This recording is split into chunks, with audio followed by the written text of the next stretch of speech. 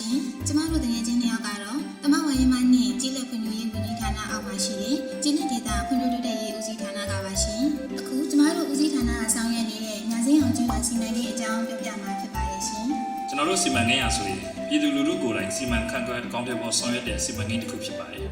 ။စီမံကိန်းဆောင်ရွက်တဲ့အခါကျွေးရစီမံကိန်းလုပ်ငန်းအဖွဲ့ကိုကျွေးရကအများသဘောတူတဲ့မဲစနစ်နဲ့ရွေးချယ်ပေးပါတယ်။အဲ့ဒီကျွေးရများစင်းအောင်စီမံကိန်းလုပ်ငန်းအဖွဲ့ကနေမတည်ရင်းနှီးငွေများလိုအပ်တဲ့အိမ်တော်စုများကိုတက်တာတဲ့တုံးလုံးနဲ့ထုတ်ချပေးပါတယ်။တုံးလုံးကိုတော့ငွေ100ကိုပြန်90ကနေ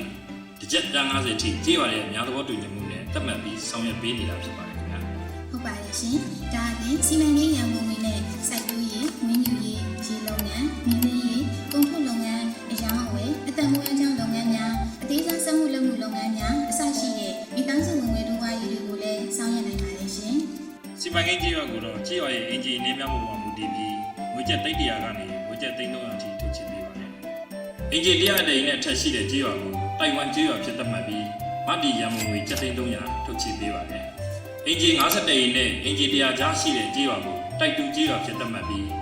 မတည်ရန်ငွေကျပ်200ထုတ်ချပေးပါတယ်။အင်ဂျီ52အောက်ကြေးရွာများကိုတိုက်တတိကြေးရွာဖြစ်သတ်မှတ်ပြီး